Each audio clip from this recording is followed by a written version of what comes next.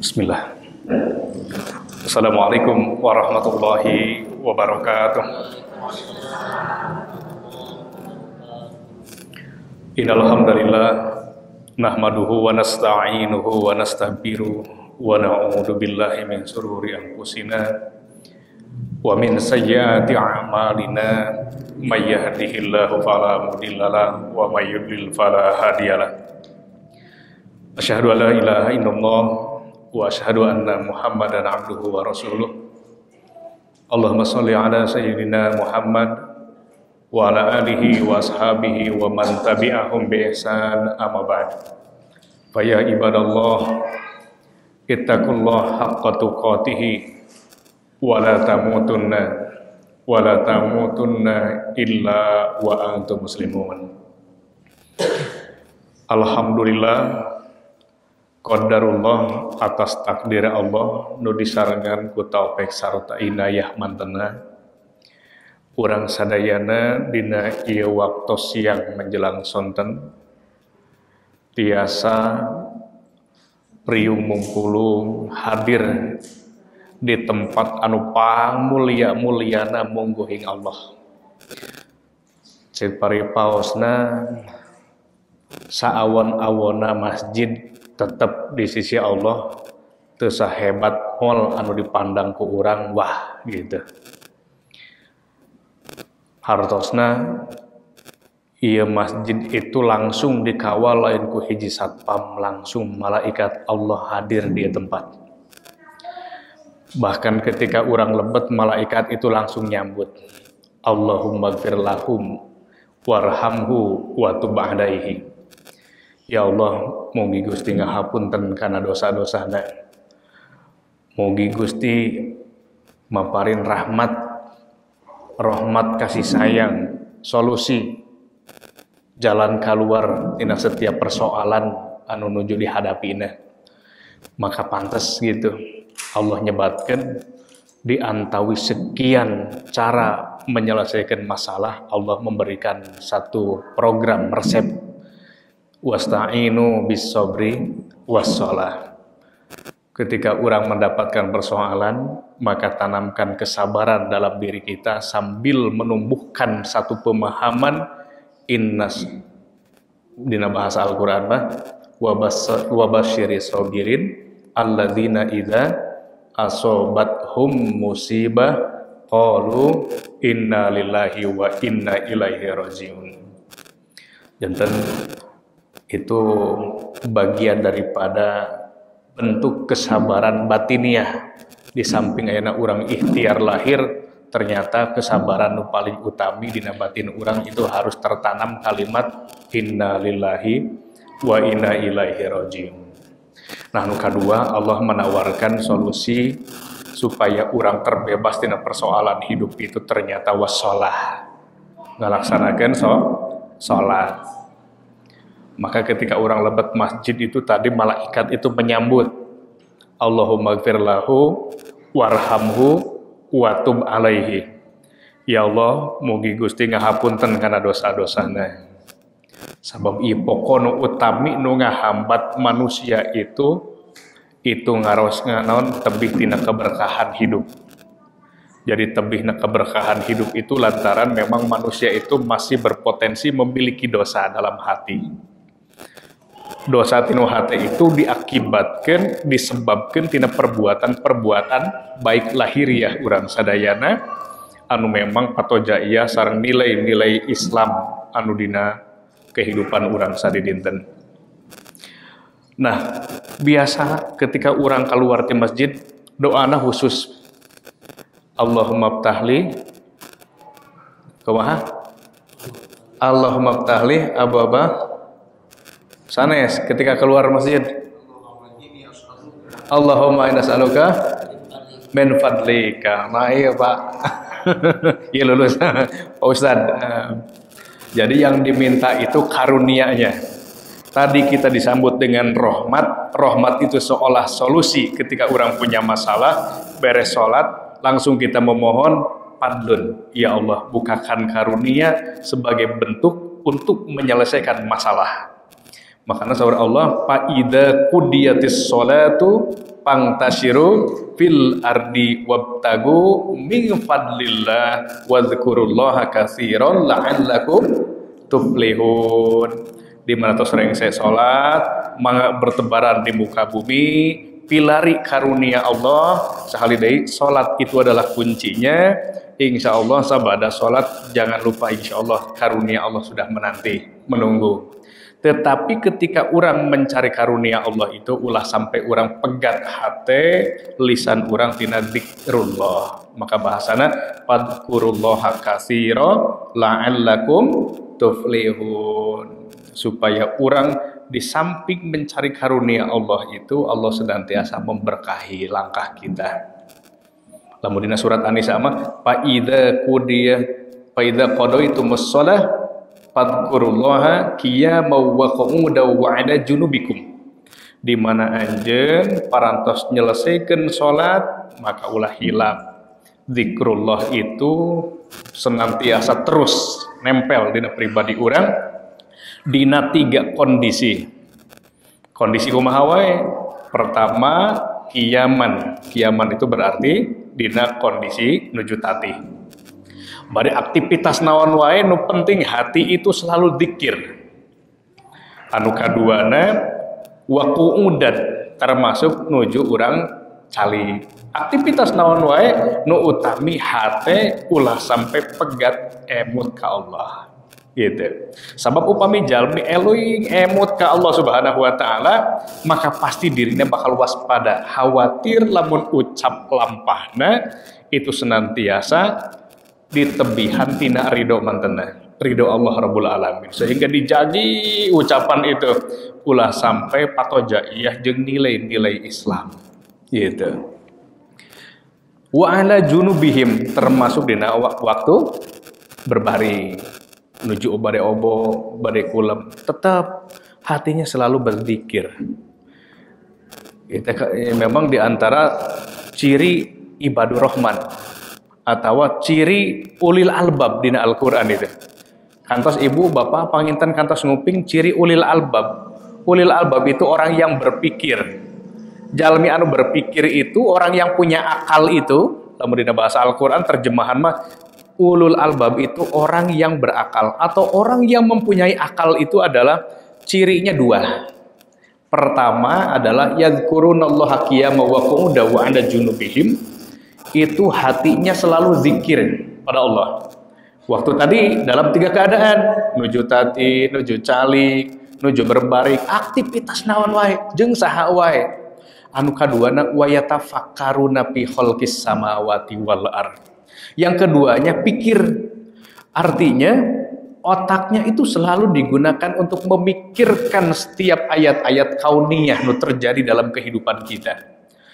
Tidak ada yang terjadi di dunia itu kecuali semuanya telah ditakdirkan oleh Allah. Dan apapun yang ditakdirkan oleh Allah, maka itulah yang terbaik. Artinya berarti belajar kita berhusnudon. Artinya pikirnya itu selalu memperhatikan tanda-tanda kekuasaan Allah, ayat-ayat Allah dalam kehidupan itu. Maka ulil albab itu, orang yang berakal itu idealnya adalah orang yang selalu menggunakan hatinya selalu berzikir, menggunakan pikirnya, otaknya untuk memikirkan ciptaan-ciptaan Allah supaya menghantarkan pribadinya supaya lebih dekat dengan Allah. Kalau dia sudah dekat dengan Allah, maka nanti muncullah cinta terhadap Allah. Kalau kita sudah cinta terhadap Allah dan Allah mencintai kita, Allah akan cemburu kepada kita. Di mana orang rek maksiat, pasti Allah akan mengingatkan kita, jangan kau bermaksiat. Kalau kita akan berbuat melakukan kesalahan, bermuasyarah, bergaul dengan orang yang tidak baik, maka Allah pun akan mengingatkan dan Allah akan memperingatkan dan menjauhkan kita dari orang itu. Supaya apa? Supaya kita selalu bermesraannya hanya dengan Allah. Ini yang kita harapkan. Nah gitu, alhamdulillah.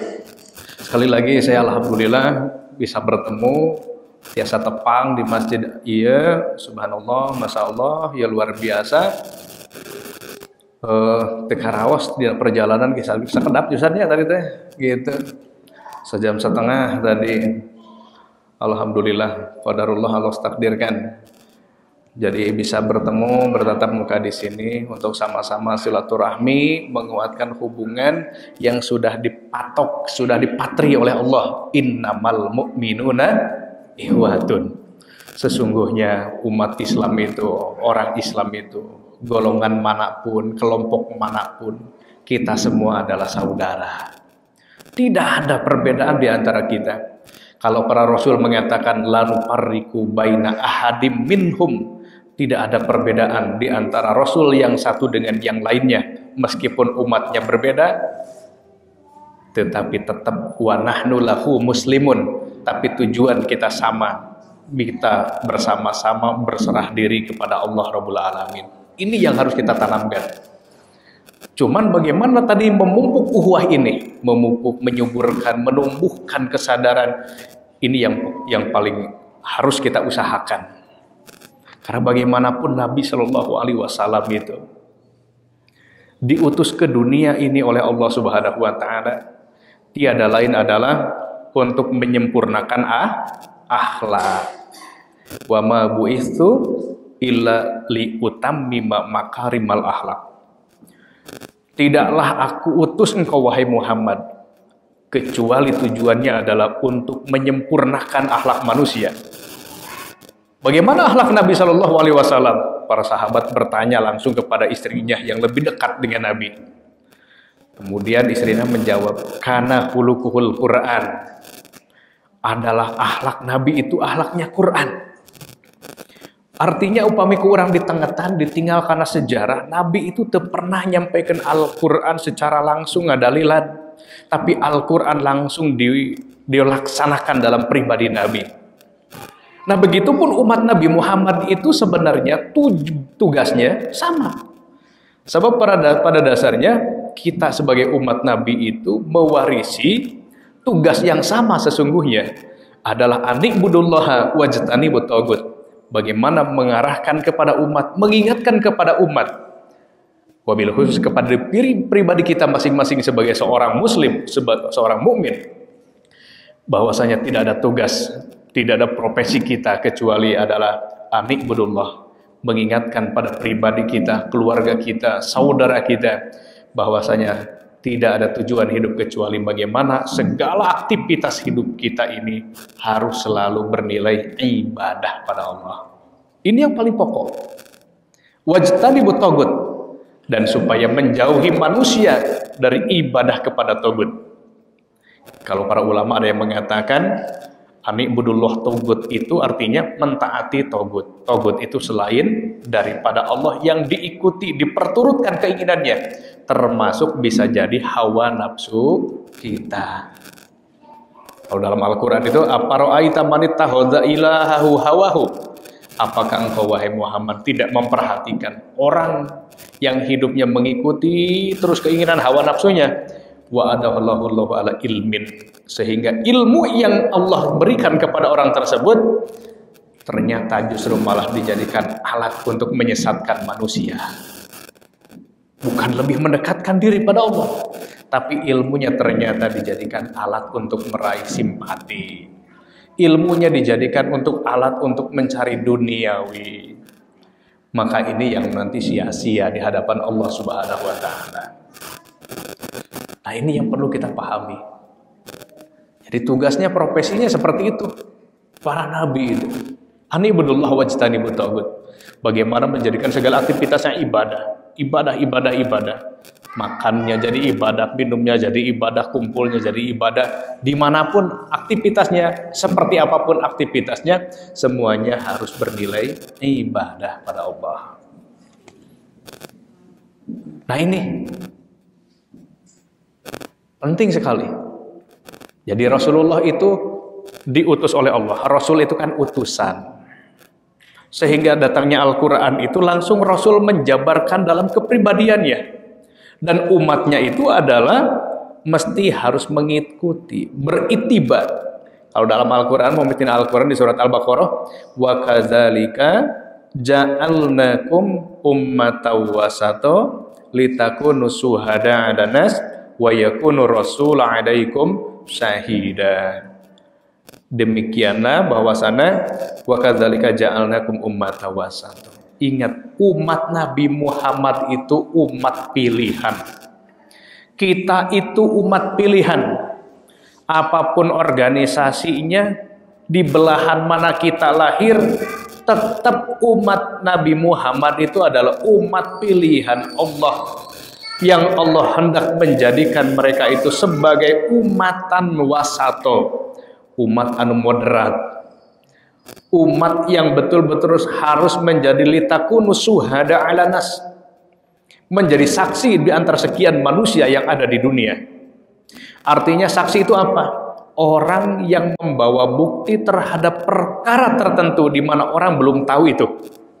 Jadi upami ayana orang umat Islam, maka kita harus menjadi saksi, inilah Islam. Gitu. Maka umat Islam itu idealnya, perilakunya itu, maka mesti kita harus beritiba bagaimana Rasulullah menjalaninya dalam kehidupan sehari-harinya. Gitu. Bagaimana Rasulullah tidur, bagaimana Rasulullah bangun dari tidurnya, adab seperti apa yang dilakukannya, bagaimana Rasulullah kemudian menikah, bagaimana cara membangun rumah tangga menurut Islam. Rasulullah sudah menjadi Rasul di antara kita, menjadi syahid, menjadi saksi dan memberikan bukti seperti itulah. Gitu. Bagaimana Rasulullah pernah jadi pedagang, bagaimana dagang Islam, bagaimana Rasulullah bertetangga dengan seorang muslim, dengan non-muslim, dan lain sebagainya. Maka Rasulullah itu tampil langsung memberikan contoh yang pasti.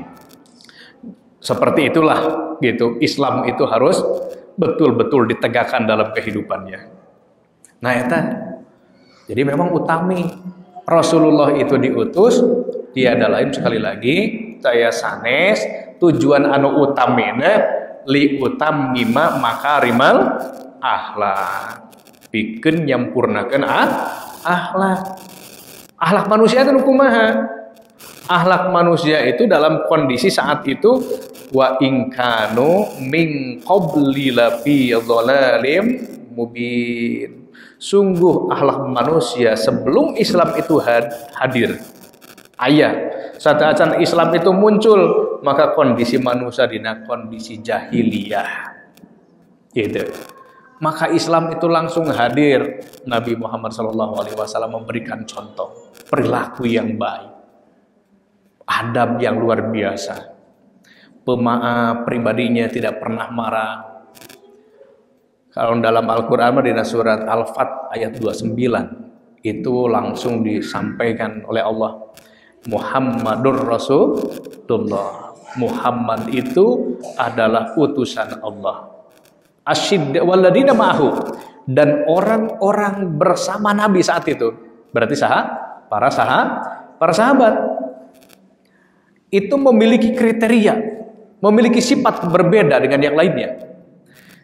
Itu asyidda'u alal kufar, mereka itu selalu keras terhadap orang-orang yang kafir.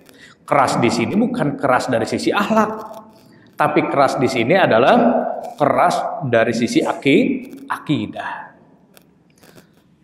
Jadi ulah dibayangkan seotik-seotik radikalisme itu di Islam. Islam itu agama yang penuh dengan kasih sayang. Islam itu rahmatan lil alamin, kafatan linnas, selalu memberikan rahmat bagi semesta alam. Jangankan dengan manusia, terhadap binatang pun kalau menyembelih harus bagaimana dipermudah dalam penyembelihannya, apalagi bergaul dengan manusia. Inilah keluhuran Islam. Kata hebatnya Islam itu, gitu, luar biasa. Ruhamau bainahum. Jadi yang dimaksud tadi kerasnya apa? Dari sisi akidah. Lakum dinukum waliyadi. Tapi kalau dalam pergaulan, Nabi itu belas kasihan luar biasa. Jadi Nabi itu sosok Nabi yang memang benar-benar pemurah, luar biasa. Sampai-sampai ayah orang Yahudi anu memang sering gitu dibolak-balik disampaikan ku penceramah ciri kasih sayang Nabi terhadap sesama manusia. Aya jalmi nu lolong di pasar tiap dinten Nabi ngalangkung kadinya ka kuping ku Nabi eta jalmi teh orang Yahudi sasauran kasauran kumaha kade ulah ngadeukeutan Muhammad itu jalmi tukang bohong Nabi palsu jalmi nu ngaku-ngaku Nabi di mana panggih jeung Muhammad jauhan ku anjeun sababna Muhammad teh penyihir tukang nyebarkeun sihir sareng sajabina. Tapi akhlak Nabi itu justru malah samulihna. Tiap dinten Nabi menghampiri orang Yahudi itu, terus orang Nabi selalu memberikan suapan kepada orang tersebut itu. Terus menyuapi orang Yahudi Nabi tiap hari dengan penuh kasih sayang. Nabi ngajak lebat Islam. Nabi tidak pernah ngajak masuk Islam, tapi Nabi mempraktekkan akhlak Islam, nilai Islam. Terus gitu sampai Nabi meninggal dunia, sampai orang Yahudi itu merasa kesepian sebab teu aya jalmi nu merhatoskeun eta jalmi Yahudi. Langsung Abu Bakar As-Siddiq nguping berita meninggalnya Nabi, langsung sesauran langsung ka putrina Siti Aisyah. Wahai Aisyah, naha aya amalan Nabi salami jumeneng nu teu pernah ku kaula dilakukeun. Coba bayangkan Abu Bakar As-Siddiq. Berarti teu aya perilaku Nabi nu dilakukeun kecuali Abu Bakar pasti ngalakukeunana. Maka Siti Aisyah ngawaler, teu aya wahai Bapak. Saestuna teu aya perilaku Nabi nu teu dilakukeun ku ama kecuali ngan hiji. Naon eta?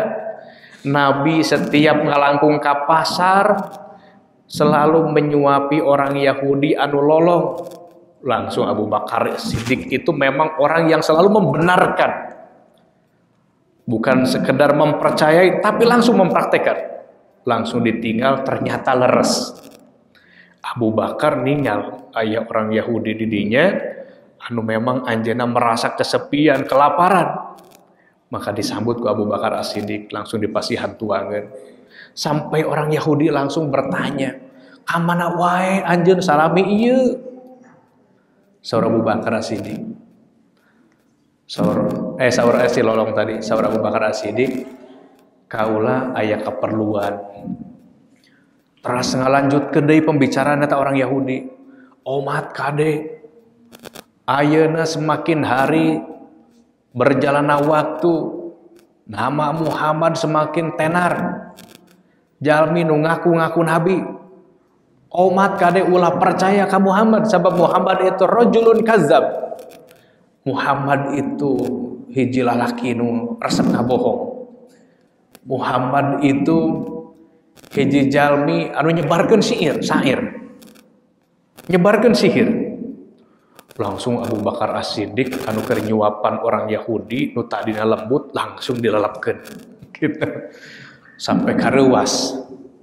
Ceuk basa urang mah tega-tegana kan Nabi nyebut kitu. Berarti salami ieu Rasulullah Muhammad itu ternyata teu acan kantos nyebatkeun yen dirina itu Muhammad Rasulullah. Sampai ka langsung kontak serentak. Kaget luar biasa eta orang Yahudi. Saha anjeun sabenerna? Langsung dibejakeun. Kaula itu sabenerna mah sahabat anu biasa masihan tuang ka anjeun. Ka mana jalmi nu biasa masihan tuang ka simkuring? Paingan akhlak anjeun beda jeung anjeunna. Kaula teu pernah narima kasih sayang dina kahirupan simkuring termasuk di keluarga kecuali ku eta jalmi. Kamana eta jalmi? Langsung disampaikan, nah anjeun teu apal jalmi nu biasa nyuapan anjeun ayeuna tos teu aya, tos ngantunkeun alam dunia. Langsung eta jalmi orang Yahudi tersentak kaget luar biasa.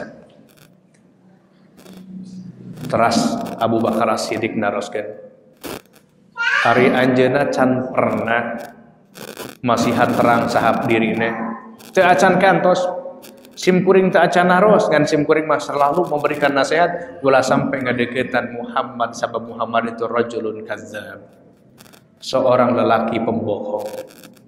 Maka langsung Abu Bakar As-Siddiq nyebatkeun eta pisan jalmi nu nyuapan anjeun anu ku anjeun dianggap anu lembut luar biasa, eta pisan jalmi nu senantiasa tiap dinten ku anjeun dihina. Allahu Akbar. Qadarullah, apa yang terjadi? Allah jadikan akhlak Rasulullah itu ternyata menjadi asbab masuknya orang Yahudi itu ke dalam Islam. Nah iya, luar biasa akhlak Nabi itu. Nah begitulah umat Nabi, termasuk kita semua pada hari ini. Itulah yang dikatakan dalam Al-Quran, wa kadzalika ja'alnakum ummatan wasata litakunu syuhada 'alan nas. Maka kalian itu umat pilihan Allah. Berarti kita harus menjadi bukti, menjadi saksi. Mohon maaf, kita harus menjadi saksi bagaimana luhur dan agungnya ajaran Islam dalam kehidupan kalau kita mau menerapkannya. Nah itulah. Wa yakunu rasulu 'alaikum syahida, sebagaimana Rasul telah menjadi saksi di antara kita semua. Artinya berarti kalau kita sudah mengaku seorang muslim, seorang mukmin, maka idealnya, maka segenap aktivitas hidup kita itu, maka kita jangan sampai keluar dari aturan-aturan Allah. Idealnya kita selalu menjadi hamba yang selalu taat kepada Allah. Luar biasa. Allah sudah berkasih sayang kepada kita luar biasa. Dalam 1 menit kita ini menghirup udara berapa detik? 60 detik. Dalam 1 menit 60 detik kita menghirup udara. Siapa yang memberikan kesempatan kita bernapas itu? Kalau bukan Allah. Bayangkan dalam 1 jam. 1 jam. Berarti berapa menit? 60 menit. 1 jam berapa menit? Berapa menit 1 jam tuh? Ya? 60 menit. Berapa detik berarti? Coba bayangkan. Kita masih diberikan kesempatan oleh Allah untuk menghirup udara, bernapas. Ini kasih sayangnya Allah luar biasa. Bentuk kasihnya Allah kepada seluruh manusia, meskipun menentang Allah, meskipun mengingkari Allah, meskipun berbuat syirik terhadap Allah, tapi Allah masih memberikan kesempatan kepada mereka. Supaya apa? Supaya kembali lagi kepada Allah. Diberikan kesempatan terus. Apalagi kita sebagai umat Nabi Muhammad. Luar biasa kita ini. Bagaimana Allah menghendaki supaya kita ini terus menjadi orang yang akan menjadi ahli surga nanti. Allah berikan syariat kepada kita sebagai bentuk kiparat dari dosa-dosa kita. Dari wudunya, wudu kita basuh tangan kita, masukkan air ke dalam mulut kita, sampai ke kaki kurang, karena sampean urang sadayana. Kalau kata Nabi itu, dosa yang kita lakukan itu akan keluar dengan tetesan air terakhir itu. Jatan lamun ibu ayana wudu, Bu, maka setiap apa yang kita lakukan, barangkali ada ucapan kita yang buruk, yang tidak baik di hadapan Allah, maka dengan tetesan air terakhir itu Allah akan bebaskan. Dengan wudu itu. Belum dari langkah kaki kita dari rumah ke masjid. Sok tinggal Pak, orang itu kalau sering hidupnya di masjid, meskipun hartanya pas-pasan, tapi barokah insya Allah. Ada orang yang diberikan dunianya diantar terus, kasih harta, kasih kekuasaan, jauh dari Allah. Dunia dikasih, tapi berkah dunianya dihilangkan oleh Allah. Ada orang yang dikasih jabatan oleh Allah, tapi dia tidak merasa nyaman dengan jabatan itu. Gak tenang hidupnya. Mikiran pisukan bisa bertahan tidak jabatan itu. Ada yang seperti itu. Ayah jalmi membangun rumah mewah, karena hasilnya nggak benar, Perilaku buruk itu akan selalu terus mengingat-ingat pribadinya. Orang itu kalau sudah melakukan satu dosa, mau lari kemanapun dia ingat, Pak. Ingat itu. Dosa itu. Oleh karena itu, kunci satu-satunya yang bisa menenteramkan hati kita itu adalah ingat kepada Allah, jauhkan kita dari maksiat, dari dosa. Kalau kita bisa membersihkan maksiat, baik hubungan langsung dengan Allah atau dengan sesama manusia, sesama muslim, karena hanya ada perbedaan sedikit-sedikit, bagaimana kita harus melapangkan hati kita sebenarnya? Belajar untuk melapangkan hati. Insya Allah berkah, tenang hidup kita. Gitu. Jadi seperti itu keberkahan hidup itu. Yang diinginkan itu ya seperti itu. Umat Islam hari ini sekarang ini sudah yang hampir meninggalkan nilai-nilai keislamannya. Bangga terhadap agamanya, tapi nggak bangga untuk melaksanakan amalan-amalan. Hari suami langsung beralasan, udah aku mah capek, nggak sadar dia. Salah resna manu capek nawan, imana nerima kebenaran. Maka pupuk terus iman, kali pelihara iman itu. Sebab ini yang diincar setan itu bukan harta kita, bukan istri, bukan anak. Yang diincar setan itu bukan kekuasaan kita, bukan pangkat kita. Anu diincar ku setan naon? Iman. Supaya apa imannya? Supaya meninggalkan nilai-nilai agama. Supaya jauh antar pribadi dengan agamanya. Kan begitu hari ini. Yuwaswisu fi sudurin nas. Setan itu nggak betah di terminal. Setan itu tebetah tinggal di kuburan. Tebetah di diskotik. Setan itu selalu betah mencari celah. Kalau ada celah dia harus masuk ke dalam hati orang yang beriman. Maka dia akan betah tinggal di situ. Yuwaswisu fi sudurin nas. Nah itu hati-hati. Hati-hati bagi kita semua. Duit kata bisa biasanya teh. Duit ka sonten, ka asar. Oh iya. Nah iman, hati-hati iman ini. Ada kekhawatiran kalau kita tidak bisa menjaga iman, akhirnya Allah berikan iman kita kepada orang lain. Khawatir ya teman. Berbahaya. Allah putus maparin petunjuk ke orang tileletik, diajarkan tentang Islam, diajarkan tentang ayana orang sholat berjamaah, saum dan lain sebagainya. Kalau kita tidak amalkan, bisa jadi motivasi imannya dilemparkan kepada yang lain, orang kan sekedar bengong we hunggul.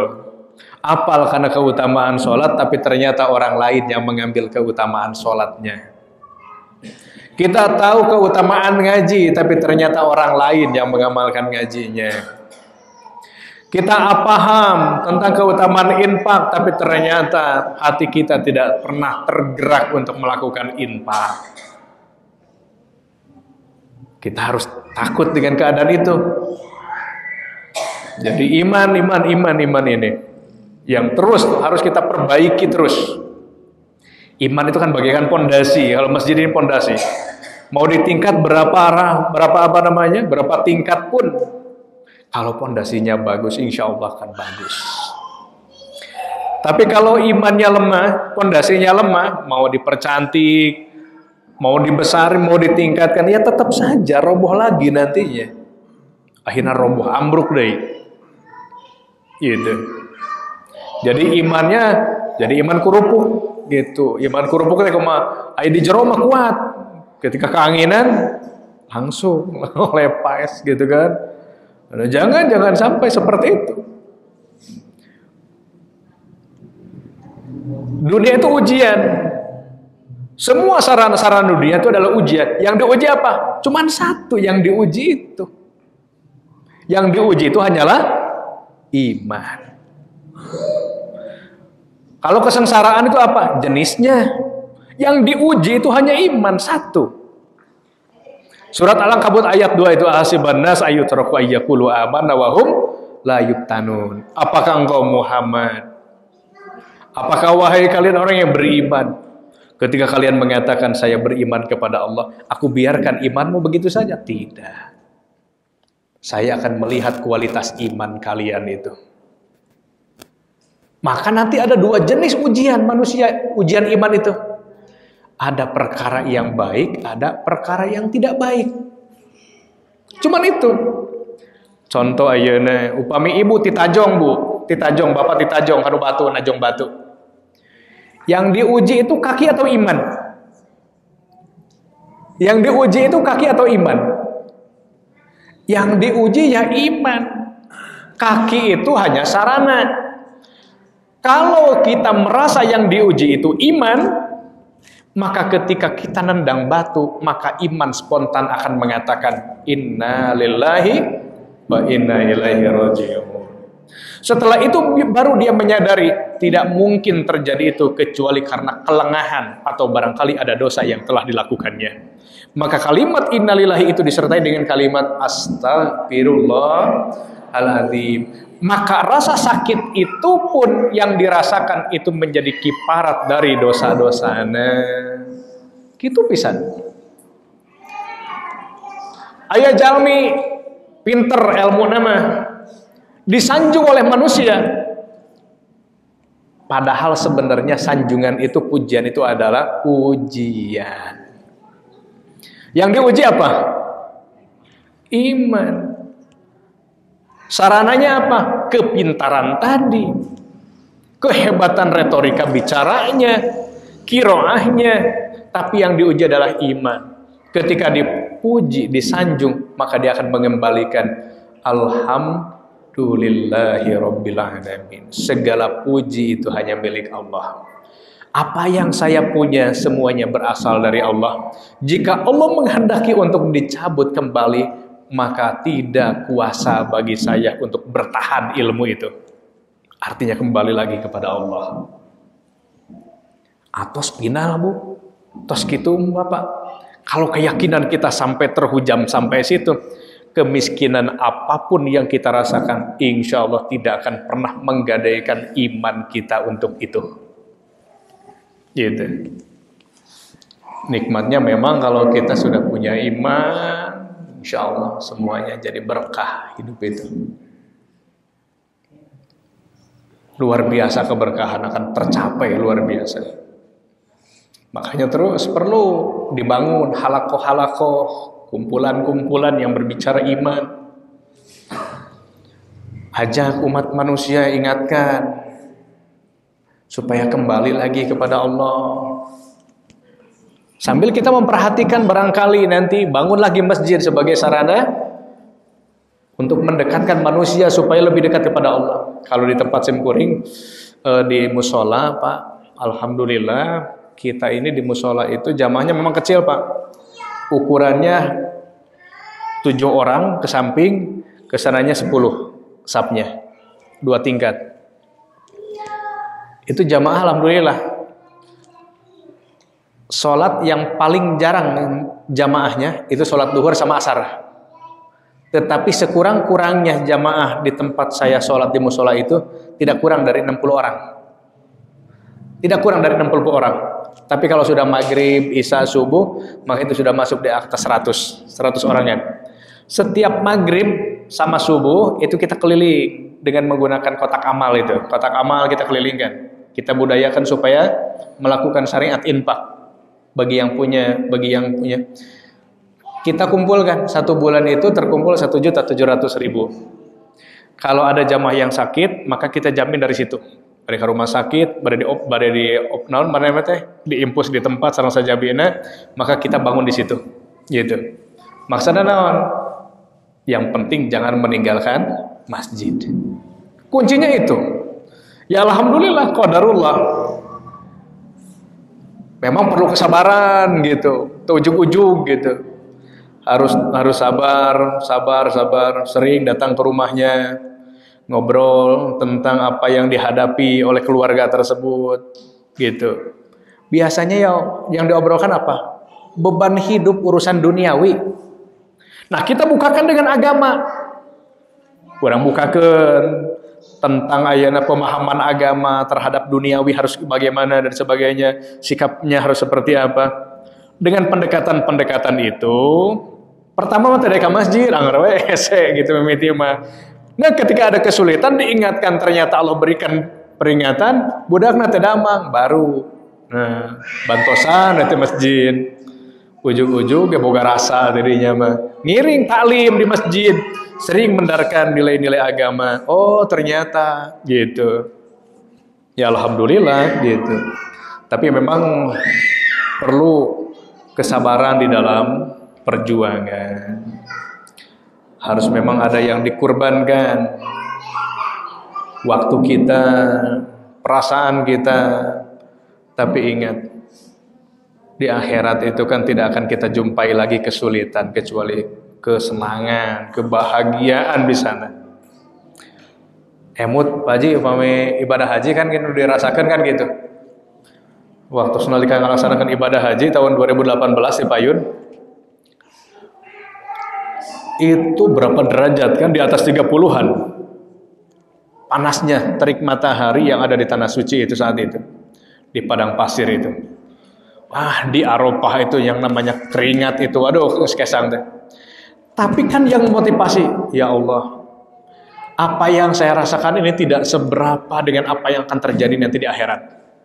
Ketika Engkau ya Allah dekatkan matahari sedekat-dekatnya, tidak ada naungan kecuali naungan yang Engkau miliki ya Allah.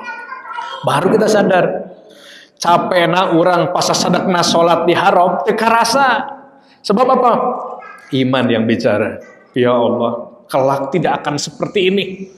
Demi mendapatkan cintamu, rahmatmu ya Allah, ampunanmu, aku ridho capek-capek, nyeri-nyeri ayeuna. Karena apa? Tadi motivasinya adalah jannah. Ridho Allah terus, bagaimana mendapatkan ridhonya, cintanya Allah gitu. Nah, kita pun sama di sini. Jangan capek. Meskipun miskin, jangan sampai ayeuna meninggalkan ibadah sholatnya gitu. Sholatnya 5 waktu, tolong wadan ya. Coba ibu-ibu punten ke suaminya, ajak suaminya ke masjid. Sudah masuk ke dalam masjid itu jangan ada perbedaan. Siga ditensi kapungur pasok ayo, kade sholat subuh ya kunutan teu aya, udah jangan berpikir itu lagi hari ini mah. Masuk ke dalam masjid semuanya, kata Nabi tadi, rukaan, sujadan, semuanya ruku, sujud, yabtaguna padlam minallah. Yang dicari hanyalah satu, padlam minallah, karunia-Nya Allah. Waridwanan, dan apa? Dan keridoannya. Cuman itu. Bukan mencari karunia imam, karunia makmum, bukan. Datang ke masjid berjamaah, keutamaan itu bisa menghadirkan ridhonya Allah, bisa menghadirkan karunia-Nya Allah, keberkahan dalam hidup, insya Allah berkah. Tapi kayak ibu-ibu, kada ibunya, coba motivasi bapak-bapaknya, jangan sampai sekali-sekali capek, sekali-sekali capek. Imannya itu yang perlu diperbaiki. Dan ketika capek, sakuma capek, nah ketika nguping mayana, mun Pak Kades kapungkur ngumumkeun, ibu-ibu jam 1 ieu nuju istirahat kegoleran da capek. Diajak salat mah hese, Pak Kades ngumumkeun, ibu-ibu, bapak-bapak punten ka bapak-bapak khususna canak bantosan ya ayeuna tos sumping di kantor desa jago meuteung ngorejat. Artinya naon? Bukan karena capek, bukan karena malas, tadi iman eta nu kudu diperbaiki gitu, eta kudu diservis, eta kudu dicas. Ya barangkali itu yang bisa disampaikan. Mohon maaf rada ngalantur ka ditu ka dieu ya. Tapi ya sekali deui mudah-mudahan ini bisa memotivasi bagaimana terus kita supaya lebih bisa menguatkan, meningkatkan kualitas iman kita di hadapan Allah Subhanahu wa taala. Meningkatkan terus ukhuwah persaudaraan kita tanpa memikirkan perbedaan. Yang penting satu tujuan, yabtaguna fadlan minallah wa ridwana, mencari karunia Allah Subhanahu wa taala. Mudah-mudahan Allah Subhanahu wa taala senantiasa menyatukan hati kita di dalam iman, Mudah-mudahan Allah Subhanahu wa taala menghilangkan rasa dengki, rasa ego di dalam diri kita untuk membangun nilai-nilai ukhuwah dalam kehidupan kita masing-masing. Rabbana atina fid dunya hasanah wa fil akhirati hasanah wa qina adzabannar. Rabbana dzalamna anfusana wa in lam taghfir lana wa tarhamna lanakunanna minal khasirin. Ya Allah, ya Tuhan kami, Engkau yang Maha mendengar doa kami, ya Allah. Jangankan apa yang kami lisankan, apapun yang ada di dalam hati kami, ya Allah, Engkau Maha mengetahui. Ya Allah, dalam kesempatan ini dengan kerendahan hati kami, yang kami menyadari masih banyak kesalahan, kehilapan di dalam perbuatan dan ucapan kami, ya Allah. Ampunilah dosa-dosa kami, ya Allah. Ya Allah, jadikanlah pertemuan ini pertemuan yang bisa memberikan keberkahan-Mu, ya Allah. Ampunilah dosa-dosa kami, orang tua kami, ya Allah, baik yang masih ada ataupun yang sudah tiada. Ya Allah, satukanlah hati kami dalam iman. Ya Allah, hilangkanlah kejengkelan kami di antara kami, ya Allah. Ya Allah, satukanlah kami di dalam iman dan Islam. Ya Allah, kaitkanlah hati kami dengan masjid. Ya Allah, jangan jauhkan kami dengan masjid. Sebagaimana yang pasti di akhir kehidupan kami pun butuh dengan masjid. Rabbana hablana min azwajina wa dzurriyyatina qurrata a'yun waj'alna lil muttaqina imama. Ya Allah yang Maha Pemberi, jadikanlah istri kami, anak kami, turunan-turunan kami, ya Allah, ya Rabbana. Ya Allah, berikanlah kami istri dan keturunan kami yang menenteramkan hati kami, pikiran kami, ya Allah. Dan jadikanlah kami serta turunan kami pemimpin di antara bagi orang-orang yang bertakwa. Rabbana atina fid dunya hasanah wa fil akhirati hasanah wa qina adzabannar. Wadkhilnal jannata Rabbana atina fid dunya hasanah wa fil akhirati hasanah wa qina adzabannar. Subhanaka rabbil izzati amma yasifun wassalamun alal mursalin walhamdulillahi rabbil alamin. Fatihah.